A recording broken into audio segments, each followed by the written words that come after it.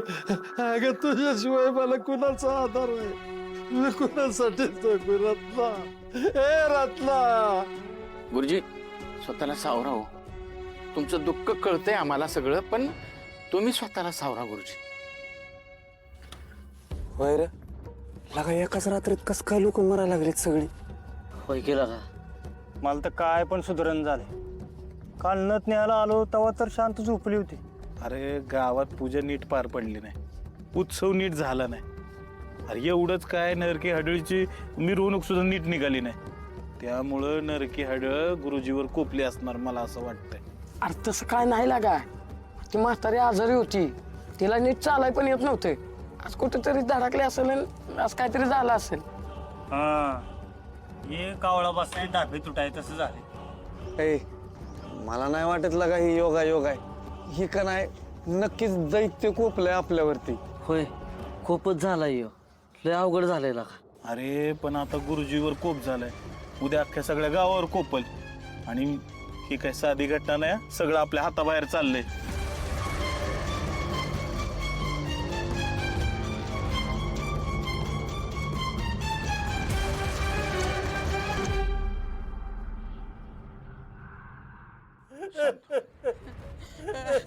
रत्ने, अगं ए रत्ने, ए रत्ने,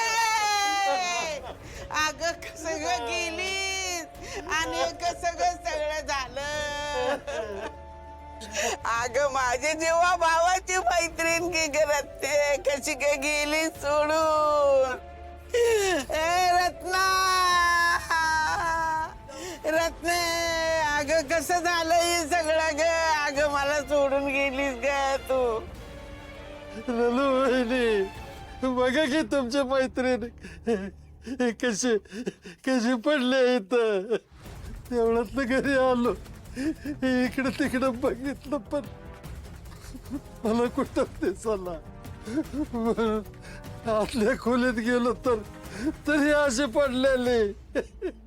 डोक्यात तर रक्त येत होत, रक्त बांबळ झाले होते.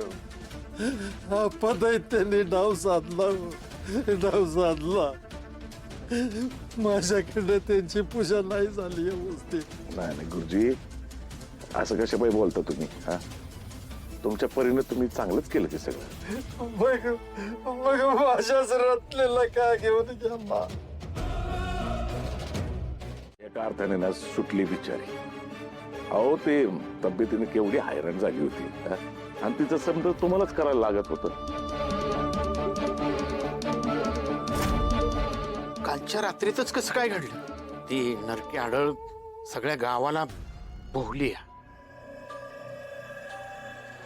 असं कसं म्हणता तुम्ही? हा? सगळं चांगलंच चाललं होतं की, आपण चांगल्यासाठीच करत होतो. पण ह्यो जामकर आडवा आला ना, त्याच्यामुळे समजा हे झालं.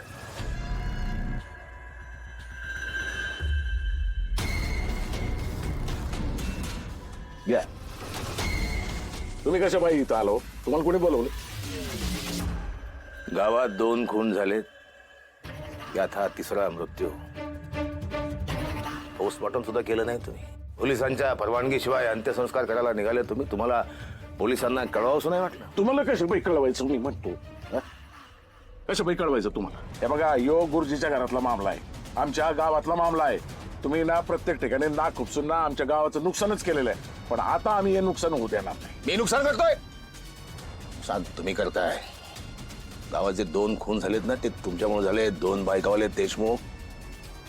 माझे हात कायद्यानं पाडलेत, नाही तर तुमच्या डोक्यात गोळी घालून तुम्हाला उडवून टाकलं असते मी. घाला गोळ्या, घाला, बघू तुमच्यात हिंमत आहे का?